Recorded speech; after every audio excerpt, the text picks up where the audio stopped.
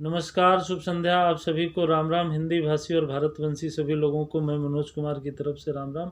इतिहास के लगातार कंटिन्यू चल रहे चरण में आपको एक बार फिर अरब के इतिहास में कुछ एक क्षणों को, जो अभी तक पूर्व में हमने जैसे खलीफाओं के इतिहास के बारे में जाना कि 4 प्रमुख खलीफा जो मोहम्मद साहब के मित्रों और उनके चचेरे भाई या बेटी के पति, उसके बाद उमैयद खलीफा और उसके बाद अब्बासी खलीफा। अब्बासी खलीफाओं के कुछ अंतिम चरणों में ये जानना ज़रूरी हो जाता है कि उन खलीफाओं का इतिहास कहाँ से कहाँ तक चला।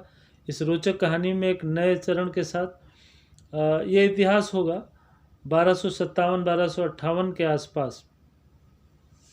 अब्बासी खलीफा बगदाद को अपनी राजधानी बना लेते हैं और वो मुख्यतः खलीफा, ये अब्बासी खलीफा पूरे इस्लाम जगत के मुखिया हुआ करते थे।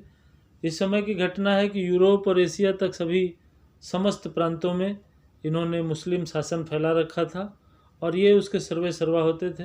इन्हें इतनी इज्जत और सम्मान मिलता था कि लोग इन्हें बड़े, मुस्लिम साम्राज्य शासक इन्हें बड़ा तवज्जो देते थे।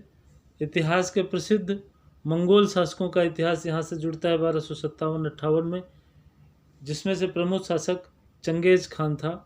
मंगोलों का सबसे प्रमुख शासक चंगेज़ खान था। उसके नाती मंगू खां और मोगे खां, उसके नाती थे 2, मोगे खां और मंगू खां। उनका चचेरा भाई हलाकू खां, उसने 2 शासक थे मेन, मंगू खां और मोगे खां। मोगे खां और मंगू खां ने अपने चचेरे भाई हलाकू खां को ये बोला कि आप जो है बगदाद की तरफ प्रस्थान करो, बगदाद को लूटने का काम करो। बगदाद बहुत संपन्न एरिया हुआ करता था, संपन्न शासक हुआ करता था। चूँकि ये अपने आप में खलीफा होते थे, समस्त सुल्तान और मुस्लिम शासक इनको भेंट स्वरूप धन दिया करते थे। इनकी सेवाओं के लिए इनको ज़्यादा सैनिक शक्तियों की ज़रूरत नहीं पड़ती थी, चूँकि ये दूसरे द्वारा समर्थित होते थे, ये दूसरे मुस्लिम शासकों द्वारा संरक्षित हुआ करते थे। हलाकू खान ने अपने एक संदेशवाहक को भेज करके एक पत्र लिखा। उस पत्र में बड़ी रोचक लाइनें लिखी। लोहे की सुए पे मुक्का मारने वाले खलीफा, तू ऐसी कोशिश मत कर। सूरज को बुझी हुई मोमबत्ती समझने वाला खलीफा, तू ऐसी गलती मत कर। अपना शासन छोड़ दे और मेरी शरण में आ जा। ऐसा पत्र पाने के बाद उन्होंने और अगली लाइन लिखी कि ज़मीन से आसमान तक तुम्हें कोई ऐसा जगह नहीं मिलेगी, कोई बचाने वाला नहीं मिलेगा अगर मैंने आक्रमण कर दिया तो। खलीफा को ये लगता था कि हम समस्त इस्लामिक जगत के मुखिया हैं, हमारे संरक्षण के लिए एशिया से लेकर के यूरोप तक फैले समस्त इस्लामिक शासक हमारी शरण में होंगे, हमारी रक्षा में होंगे। यदि हमने बगदाद पर आक्रमण किया तो हम लोग समुचित रूप से उसका सामना कर सकते हैं। इस सोच के साथ खलीफा ने भी एक अपना उत्तर लिखा और वो भी उसने बहुत रोचक शब्दों में लिखा। खलीफा ने लिखा कि ए नौजवान, 10 दिन की खुशकिस्मती से तुम स्वयं को इतना बड़ा संसार का स्वामी समझने लगे हो। मेरे पास पूरब से पश्चिम तक खुदा को मानने वाली रियाया हैं, यानी शासक हैं, रियायतें हैं। मेरे पास खुदा को मानने वाली रियाएं हैं। ये तुम अपनी सलामती चाहते हो तो ऐसा विचार छोड़ दो, तुम वापस हो जाओ। हलाकू को यह संदेश मिलता है और वो बहुत नाराज़ हो जाता है वह अत्यधिक नाराज़ हो जाता है और उसने अपनी सेना तैयार किया और 6000 किलोमीटर दूरी पर वो अपने 8000 सैनिकों के साथ ईरान की ओर प्रस्थान कर देता है। इतिहासकार कहते हैं कि जैसे ही हलाकू वहाँ से निकलता है, उसने अपने मंगू भाई को, अपने मंगू खां, अपने शासक को, जो उनके चचेरे भाई हुआ करते थे मंगोलिया के, उनको संदेश कर देता है कि और सेना तैयार रखिए। 29 जनवरी 1258 को हलाकू खान बगदाद के किनारे से उसको घेर लेता है। 29 जनवरी 1258 को उसकी सेना बहुत अधिक प्रशिक्षित थी। आर्मेनिया, जॉर्जिया के शासकों ने भी उसका सहयोग किया, क्योंकि इससे पहले पूर्व में मुस्लिम शासकों ने उनको भी हराया था अपने इस्लामिक प्रभाव को बढ़ाने के लिए, जिसका बदला लेने के स्वरूप आर्मेनिया और जॉर्जिया के भी शासकों ने, जो ईसाई हुआ करते थे, ने हलाकू खां को सहयोग किया। हालांकि इतिहास कहता है कि हलाकू बौद्ध था और उसकी पत्नी दो कुछ खातून जो कि नास्तेरियाई ईसाई थी। ईसाइयों की भी अपनी 2-3 शाखाएं हैं जिनका इतिहास पूर्व में इसके बाद पढ़ेंगे। अतः दोनों को आपस में एक अब्बासी खलीफा से दुश्मनी हो रही थी, जैसे कि ईसाइयों को और मंगोलों को, और उन दोनों ने मिल करके एक बड़ी सेना का निर्माण कर बगदाद को चारों ओर से घेर लिया। तकनीकी दृष्टि से मंगोल बहुत अच्छे लड़ाके हुआ करते थे, जिनमें चीन की सेना की एक टुकड़ी होती थी जो बारूदी धमाकों के लिए बड़ी प्रशिक्षित थी। लोग कहते हैं कि जहरीले तीर और मोटे मोटे पत्थरों पर कपड़े लपेटकर बारूद के साथ आग के गोले फेंकना, इस तरह की बहुत अच्छी कलाएं उनको आती थीं, जबकि अरब के लोग इस तरह की किसी भी कला से परिचित नहीं थे।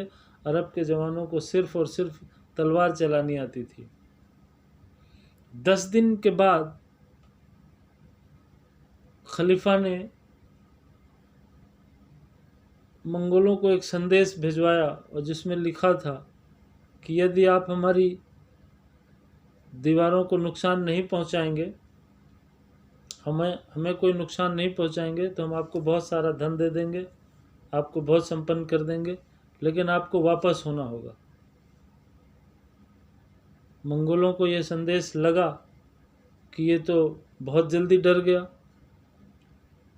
इसने तो कोई बराबरी ही नहीं करी, इसके साथ लड़ने वाले यूरोप से एशिया तक का तो कोई आया ही नहीं। और यही सच था। उस घटना के साथ खलीफा को अपनी अहमियत का अंदाज़ा हो जाता है। किसी भी साम्राज्य की, जबकि उसके पास में ऑटोमन साम्राज्य था, तुर्की के शासक थे, अफ़गानिस्तान तक गजनवी या गोरी साम्राज्य था, यहाँ से भी कोई नहीं निकला। उसके पास में सासानी साम्राज्य था, यहाँ से भी कोई नहीं निकला। तो खलीफा की मदद के लिए कोई नहीं गया। उसका कारण ये भी था कि इस्लामिक जगत के लोग भी खलीफा के व्यवहार और विचार से अब संतुष्ट नहीं हुआ करते थे। खलीफा किसी की मदद नहीं करता था। इवन खलीफा अपने आप में एक प्रभुत्व संपन्न इस्लामिक समर्थक सिर्फ अपने आप को धर्मगुरु या राजनीतिक गुरु मानता था। किसी तरह की कोई मदद नहीं कर सकता था। इसके लिए जो स्वतंत्र साम्राज्य हुआ करते थे, अब वो इनकी खिलाफत चाहते थे, इनके खिलाफ होना चाहते थे। अतः उन्होंने इस तरह की स्थिति में इनकी कोई मदद नहीं की।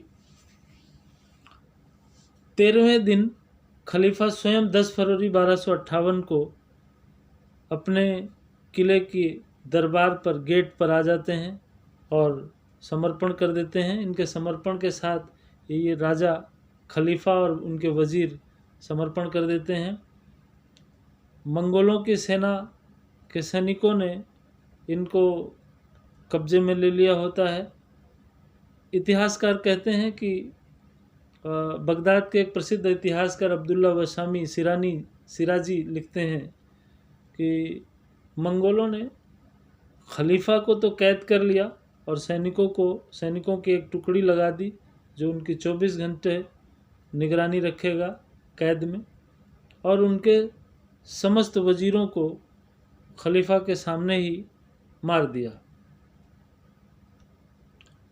अब्दुल्ला वशानी लिखते हैं कि मंगोल बगदाद में ऐसे टूट पड़े जैसे भूखे भेड़िया। वो खलीफा के महलों में रहने वाली महिलाओं को बगदाद की गलियों में घसीटा, इज्जत के साथ तार तार किया, खिलौना बनाकर उन्हें प्रयोग किया। ऐसे लोगों की, इतने लोगों की हत्या की जिनकी कोई गणना नहीं की जा सकती है, जिसकी कोई गिनती नहीं थी। फिर भी उन्होंने लिखा कि एक अनुमान के अनुसार 2 लाख से 10 लाख तक पुरुष, महिला, बच्चों तक जेनोसाइड हुआ, नरसंहार हुआ। और एक स्थिति ऐसी भी आ गई कि 1 हफ्ते के बाद बगदाद शहर में चारों तरफ पड़ी हुई लाशें इतनी सड़ रही थीं कि मंगोलों को स्वयं उस बगदाद से बाहर जाकर अपना टेंट, तंबू लगा कर के रहना पड़ा। और उन्होंने ये आदेश दे दिया कि बगदाद के चारों तरफ तेल डालकर इसको जला दिया जाए, हमेशा के लिए समाप्त कर दिया जाए। और उन्होंने ऐसा किया। लोग कहते हैं कि इस इतिहास से बगदाद को दोबारा उठने का अवसर मिला, लेकिन मंगोलों ने बगदाद का बहुत नुकसान किया। इस इतिहास से ये सीखने को मिलता है कि एक समय तक अब्बासियों ने भी, उमैयदों ने भी बहुत ज़्यादा क्रूरता के साथ शासन बढ़ाया, और क्रूरता का अंत क्रूरता के साथ ही होता है। इसके साथ मुझे इजाज़त दीजिए। शुभ संध्या। आप लोगों को अनुरोध करता हूं कि आप लोग हमारी इस सीरीज़ को पसंद करेंगे, इसको ज़्यादा से ज़्यादा लोगों तक फैलाएंगे, अपने साथ अपने इतिहास के ज्ञान को बढ़ाएंगे, और बहुत सारे अरबिक इतिहास को, मुस्लिम शासकों के इतिहास को जानेंगे, समझेंगे। इसी के साथ शुभ संध्या, गुड नाइट, राम राम, खुश रहें, मस्त रहें।